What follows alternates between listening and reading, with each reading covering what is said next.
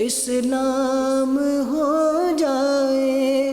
الحمدللہ رب العالمین والصلاة والسلام علی خاتم النبیین اما بعد فاعوذ باللہ من الشیطان الرجیم بسم اللہ الرحمن الرحیم الصلاة والسلام علیکہ یا رسول اللہ وعلی آلکہ واصحابکہ یا حبیب اللہ الصلاة والسلام علیکہ یا نبی اللہ وعلی آلکہ واصحابکہ یا نور اللہ۔ مدنی چینل کے ناظرین، پروگرام ہے قرآنی صورتوں کا تعارف، اس میں آپ کو خوش آمدید کہتے ہیں۔ اللہ رب العالمین ہم سب کو قرآن مجید فرقان حمید پڑھنے سمجھنے کی توفیق عطا فرمائے۔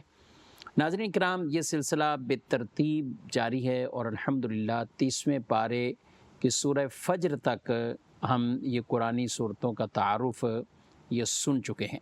آج سورۃ البلد ہے، قرآن پاک کی بڑی ہی معروف مشہور یہ سورہ مبارکہ ہے، اور اس سورہ مبارکہ کا جو نمبر ہے وہ 90 ہے، یعنی ترتیب مصحف ترتیب تلاوت کے اعتبار سے 90، اور ترتیب نزول کے اعتبار سے 35 یعنی 35 نمبر پر یہ سورہ مبارکہ نازل ہوئی، اور 30ویں پارے میں ہے، 20 آیتیں ہیں، 1 رکوع ہے، اور یہ سورہ مبارکہ مکہ مکرمہ میں نازل ہوئی، یعنی یہ مکی صورتوں میں سے ہے۔ اس سورہ مبارکہ کا نام سورۃ البلد ہے کیونکہ بلد کہتے ہیں شہر کو۔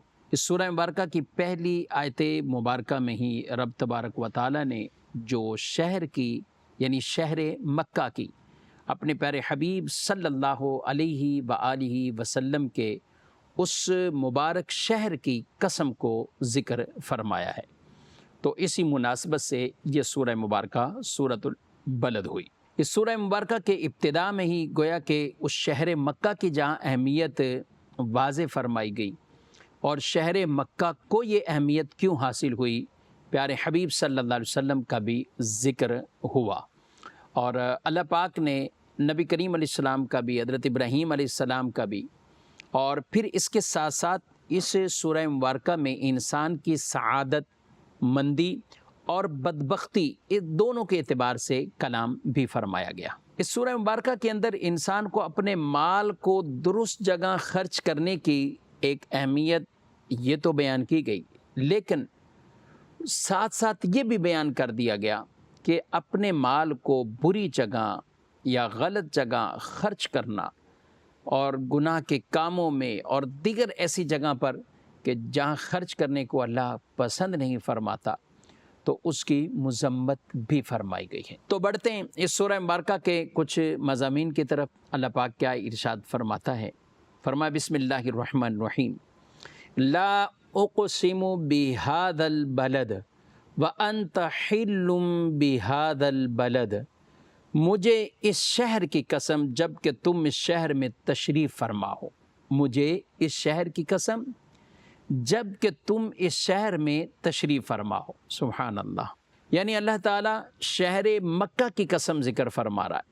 اور اس کا سبب وَأَنْتَ حِلٌّ بِهَذَا الْبَلَدِ، کیا محبوب آپ اس میں رہتے ہیں، آپ اس میں تشریف فرمائیں۔ بے شک مکہ مکرمہ اس کے اپنے فضائل ہیں، مکہ مکرمہ کو امن قرار دیا گیا، مکہ مکرمہ کو عالمین کے لیے ہدایت اس کعبے کو قرار دیا گیا جو خود اس شہر مکہ میں موجود ہے۔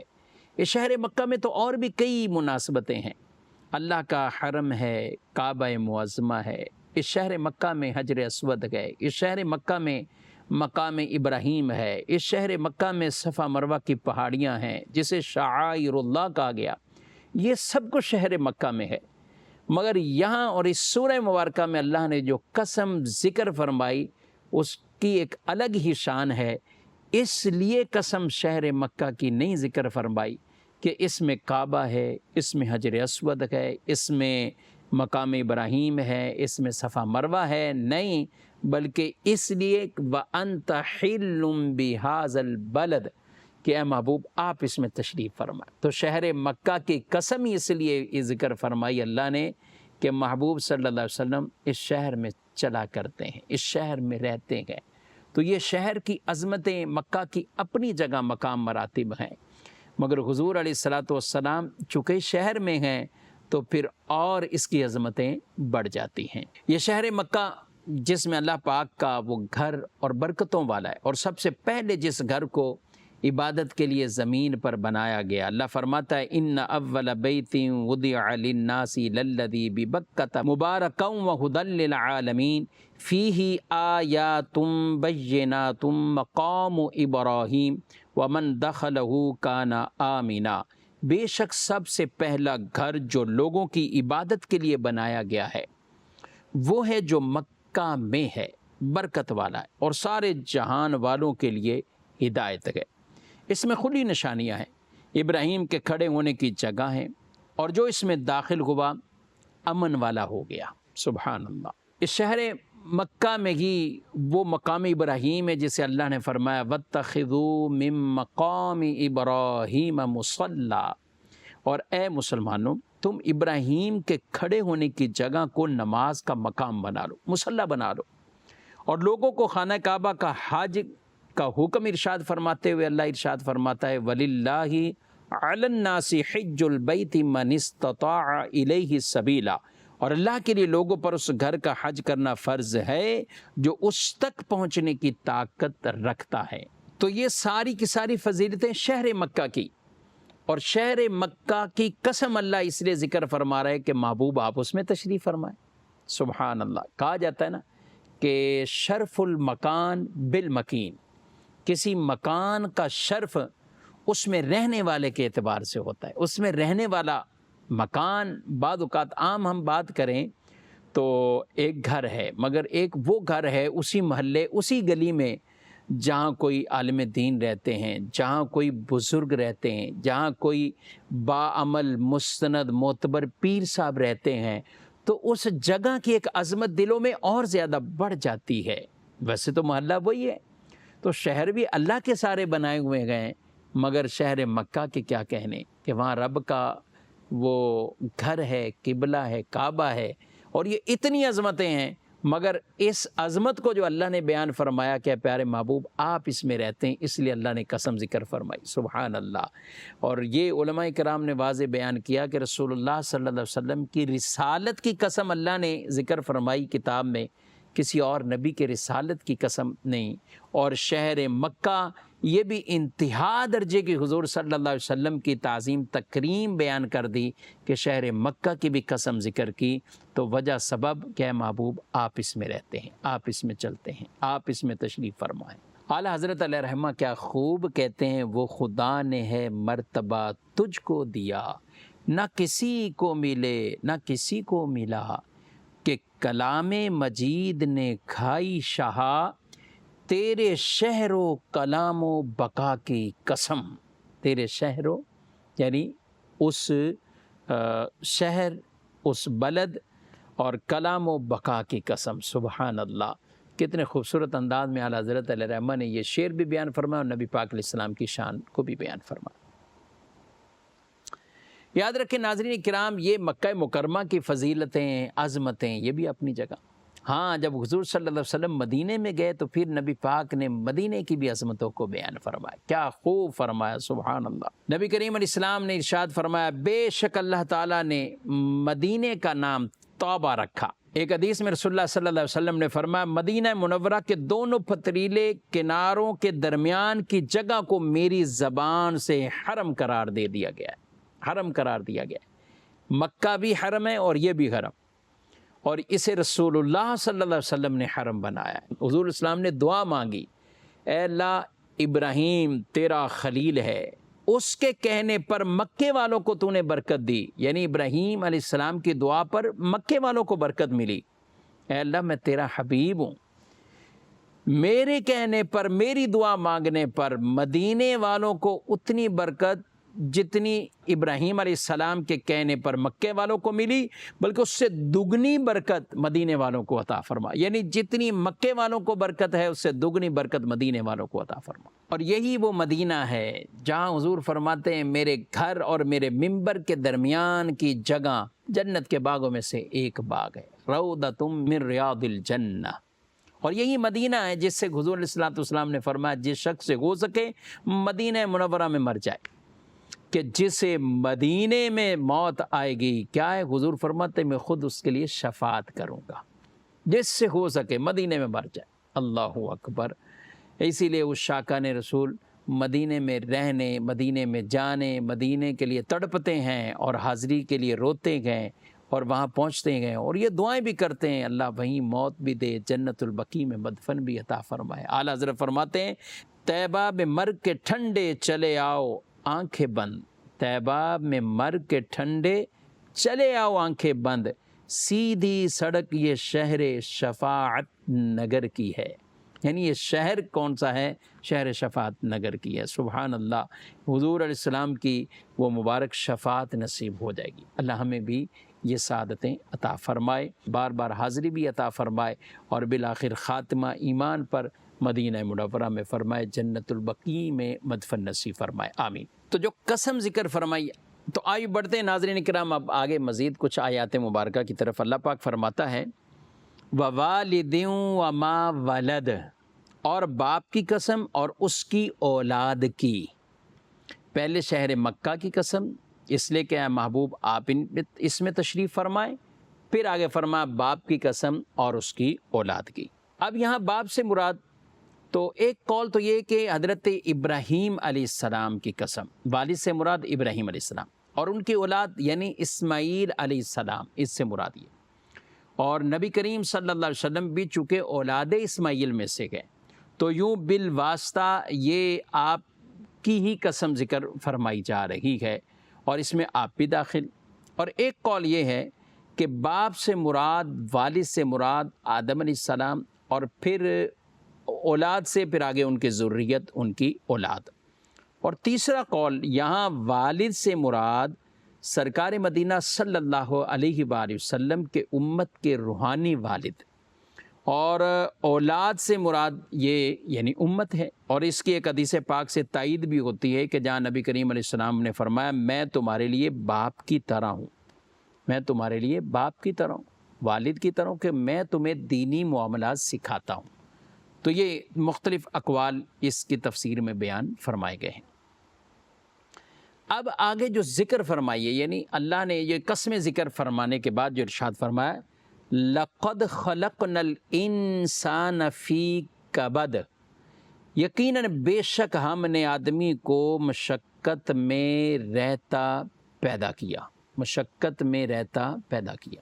یعنی انسان کے لیے مختلف مشقتیں، ایک تو ماں کے شکم میں رہنا، پیٹ میں رہنا، تنگ جگہ پر رہنا، پھر ولادت، پھر اس کے بعد پھر جب انسان بڑا بھی ہوتا ہے تو فکر معاش اور دیگر یہ چیزیں، یعنی زندگی اور موت اور یہ ساری چیزوں کی مشقتوں کو گویا کہ وہ برداشت کرتا ہے۔ اور یاد رکھیں اللہ پاک نے جو مختلف طرح کی مصائب تکالیف کو یہ انسانوں پر یہ رکھا ہے، اگر یہ نہ ہو تو پھر تو اور معاشرے میں کئی طرح کے بگاڑ پیدا ہو جائیں۔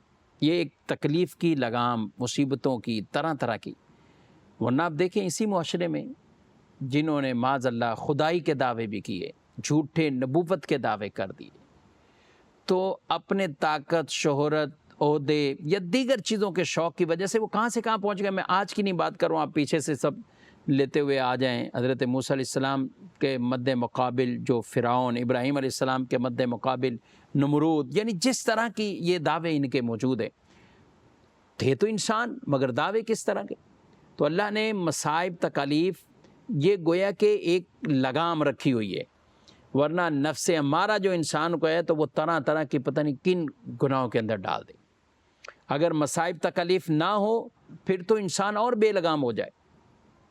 تو یہ مصائب بھی ہیں، تکلیفیں بھی ہیں، پھر اپنی بھی کوئی تکلیفیں پہنچتی، یعنی جب کوئی کسی کو پیسہ، عہدہ، سب کچھ ملتا ہے تو پھر انسان قتل کو بھی معاذ اللہ کوئی بڑا گناہ نہیں سمجھتا، قتل گاری، دہشت گردی، طرح طرح کے معاملات معاشرے میں ہو جاتے۔ مگر جب اسی کو کوئی تکلیفیں یا اس سے ملنے جلنے والے اور گھر والوں کو تکالیف پر کوئی معاملات آتے ہیں تو کچھ نہ کچھ سوچتا ضرور ہے۔ تو یہ اللہ کی طرف سے جو مصائب اور تکلیفیں ہیں تو ان میں بھی ہزارہا حکمتیں ہیں، اور یہ انسان کے لیے مفید ہیں، معاشرے کے لیے مفید ہے۔ آگے اللہ ارشاد فرماتا ہے أَيَحْسَبُ أَن لَّن يَقْدِرَ عَلَيْهِ أَحَدٌ يَقُولُ أَهْلَكْتُ مَالًا لُبَدًا أَيَحْسَبُ أَن لَّمْ يَرَهُ أَحَدٌ، کیا آدمی یہ سمجھتا ہے کہ ہرگز اس پر کوئی قدرت نہیں پائے گا؟ کہتا ہے کہ میں نے ڈھیروں مال ختم کر دیا، کہ آدمی یہ سمجھتا ہے کہ اسے کسی نے نہ دیکھا۔ اب اس کے شان نزول اور پس منظر میں تو وہ کفار کے چند لوگوں کا ذکر ہے۔ بعد نے کہا ولید بن مغیرہ کے بارے میں ہے، بعد نے کہا کہ ابو الاشد اسید بن کلدہ جو ایک مضبوط آدمی تھا، طاقتور آدمی تھا، اگر اپنے پاؤں کے نیچے بھی کوئی چیز رکھ لیتا تھا، چمڑا بھی رکھ لے تو کہتا ہے کوئی پاؤں سے نیچے کھینچ کر دکھائے۔ اور ولید بن مغیرہ جس کا مال دولت اور ہر چیز کے اعتبار سے اس کو بظاہر وہ شہرت تھی، تو یہ کفار کے اس غرور اور تکبر کو یہ بیان کیا گیا ہے کہ وہ لوگوں کے بارے میں یہ غرور اور تکبر اور فخر میں رہتے ہیں۔ کیا وہ یہ کہ اللہ ان کو جانتا نہیں ہے، قدرت نہیں ان پر اللہ کیا رکھتا؟ اللہ رب العالمین قادر مطلق ہے۔ آگے فرمایا یقول اہلکت مالا لبدا۔ اب یہ جو کافر تھا وہ شخص یہ کہتا تھا کہ میں نے ڈھیروں مال ختم کر دیا۔ کس لیے؟ نبی پاک علیہ السلام کی عداوت دشمنی میں مال خرچ کر کر کر کر کے وہ سمجھتا تھا کہ میں نے بہت کچھ خرچ کر دیا، ختم کر دیا، یعنی حضور اسلام کی دشمنی اور عداوت میں لوگوں کو تیار کرتا تھا، تم تیار ہو جاؤ، اور پیسہ خرچ کرتا تھا۔ تو اللہ نے فرمایا کہ اللہ نے اسے نہیں دیکھا؟ کیا اللہ اسے سوال نہیں کرے گا؟ کرے گا، اس سے پوچھے گا کہ یہ کہاں خرچ کیا ہے۔ اور یہ یاد رکھیں کہ مال بری نیت بری نیت بری جگہ خرچ کرنے کی علمان لفید، اللہ ان سے پوچھے گا۔ آج لوگ سمجھتے ہیں شاید مال ہم نے کمایا، ہمیں کون پوچھنے والا ہے؟ ہاں، رب پوچھے گا۔ کوئی کہتا ہے نا میں نے تو صرف 100% حلال کمایا، ارے آپ نے حلال کمایا تو اس کا مطلب یہ نہیں حرام کاموں میں خرچ کرو۔ حلال پیسہ، نیکی کا کام، مگر نیت بری، نیت یہ کہ لوگ میری واہ واہ کریں، دکھلاوا نیت طرح طرح کی، تو کیا اللہ نہیں پوچھے گا؟ پوچھے گا۔ اور مال کے بارے میں صرف ایک سوال نہیں ہونا کہ کہاں سے کمایا، دو نے کہاں سے کمایا، کہاں خرچ کیا، مال لیا بھی کہاں سے تھا اور خرچ بھی کہاں پہ کیا۔ تو لہذا مالدار آدمی بھی اس فخر تکبر میں نہ رہے۔ رب نے اس لیے دولت نہیں دی کہ آپ دولتوں کی یوں نمائش کریں اور ترستی ہوئی آنکھوں سے لوگ دیکھ رہے ہوں، اور پھر لوگ کہتے ہیں ہمیں نظر لگ گئی، ہمیں میلی نظر لگ گئی۔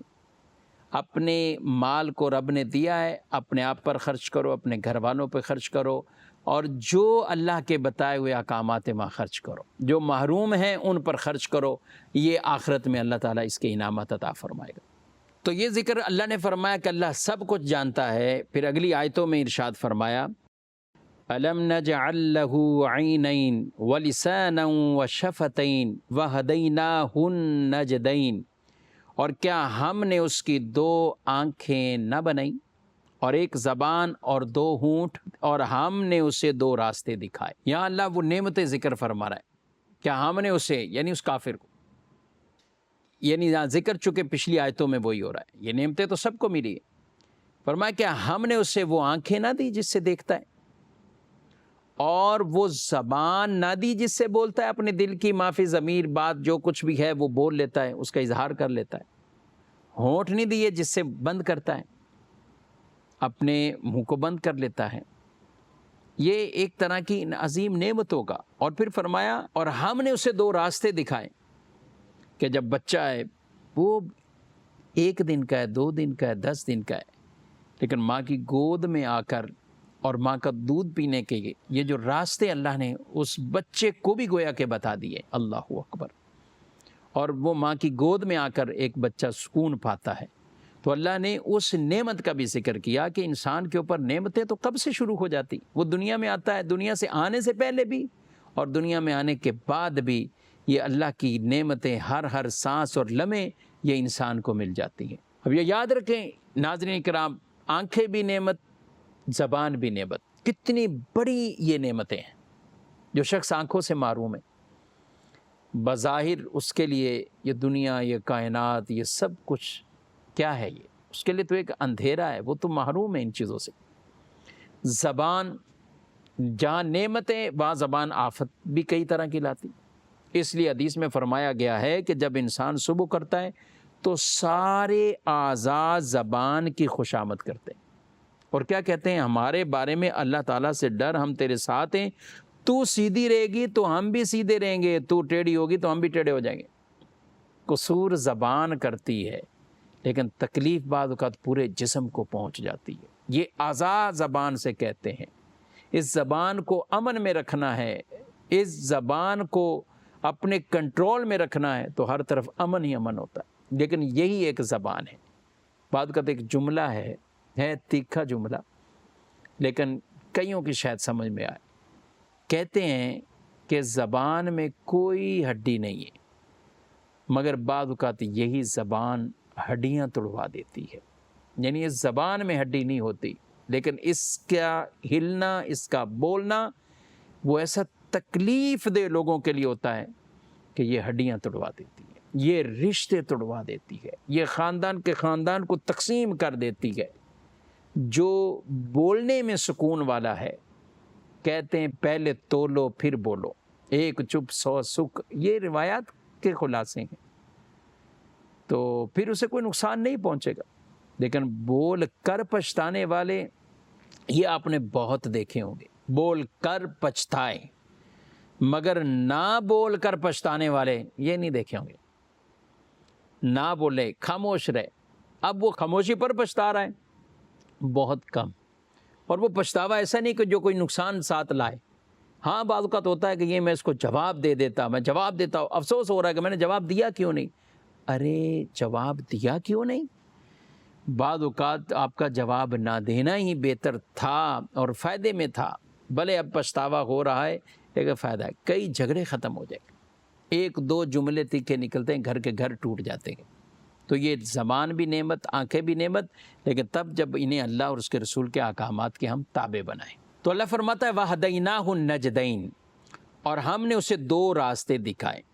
اب ایک تو اس سے قول یہی کہ دو راستوں سے مراد بچے جو اپنی ماں کا دودھ پیتے ہیں، دو راستوں سے، تو یہ دو راستے، اور ایک یہ ہے کہ دو راستے سے مراد حقیقی وہ دو راستے ہیں۔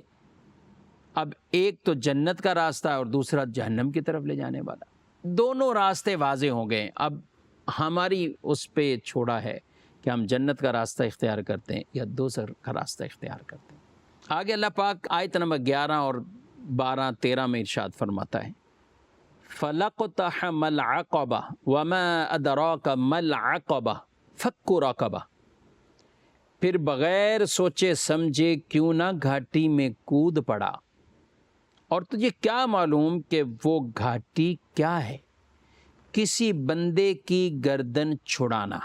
یہاں جو گھاٹی میں کودنا، گھاٹی میں جانے کے بارے میں فرمایا گیا، تو یہ اس کو حقیقتاً ایک نیکی کے راستے کو اختیار کرنا، یعنی جیسے آدمی گھاٹی میں جاتا ہے تو اس میں جانا دشوار ہے، تکلیف دہ معاملہ ہے، نفس پر گراں ہے، مصیبت والا ایک بظاہر معاملہ نظر آتا ہے، تو اس لیے نیکیاں بھی بظاہر مشقت ہیں، نیکی کا راستہ بھی مشقت والا ہے۔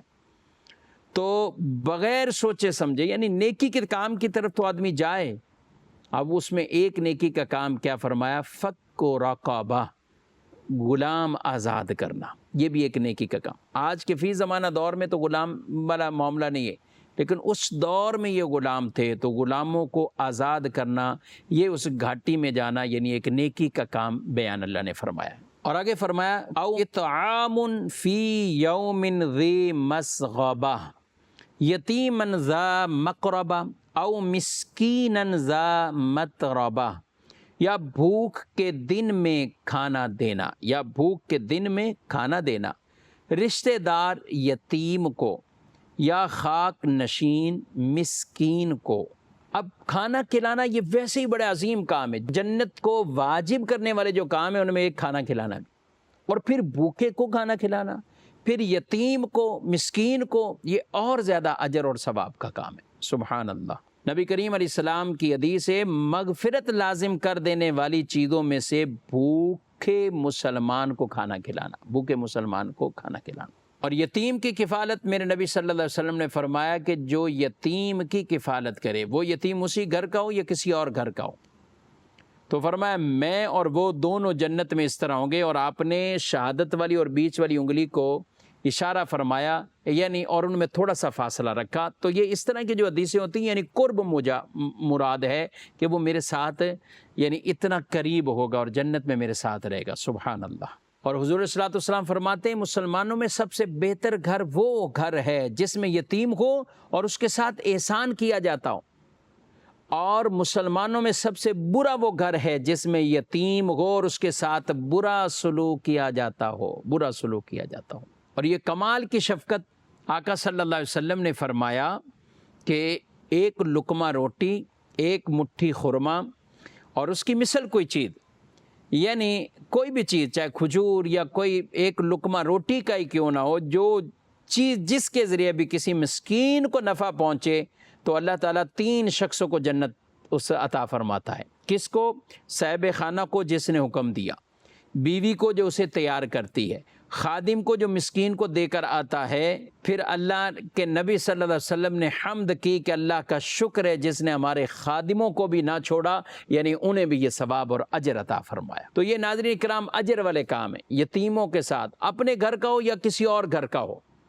آج تو بعض کا سگے اپنے جو یتیم، کسی کا بھائی فوت ہوا، بچے یتیم، تو بھائی زندہ ہوتا ہے تو لوگ بڑے آؤ تاؤ کرتے ہیں اور آؤ بھگت کرتے ہیں، بھائی انتقال کر گئے، اب اسی کے بچے ہیں، اور اسی کے بچوں کے ساتھ ایسے انداز اختیار کر جانا، بے رخی اختیار کر لینا، دکھ سکھ غم اور ایسی کوئی لمحات میں اس کے ساتھ شرکت نہ کرنا، ان کے ساتھ تعاون نہ کرنا، یہ کون کرتے ہیں؟ ایسے لوگ معاشرے میں موجود ہیں، ایسے لوگ معاشرے میں موجود ہیں، بلکہ ان کے ساتھ برتاؤ کیا، ان کا حق ہی کھا جاتے ہیں کہ یہ چھوٹے ہیں، جب تک وہ بڑے ہوتے ہیں تو جو بڑے ہوتے ہیں وہ سب کچھ اپنے نام پہ کروا لیتے ہیں، اب کون ان کو دے؟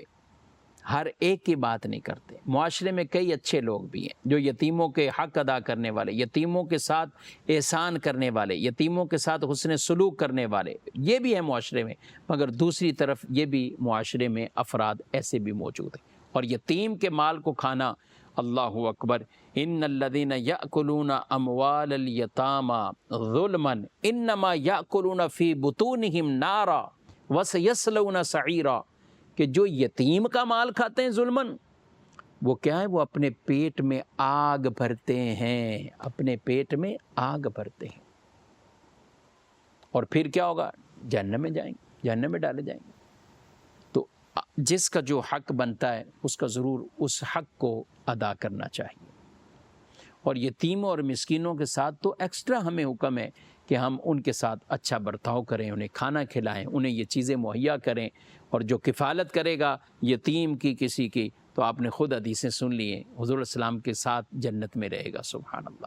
آگے اللہ پاک ارشاد فرماتا ہے ثم کان من الذین آمنوا وتواصوا بالصبر وتواصوا بالمرحمہ اولئک اصحاب المیمنہ والذین کفروا بآیاتنا هم اصحاب المشأمہ علیہم نار مؤصدہ۔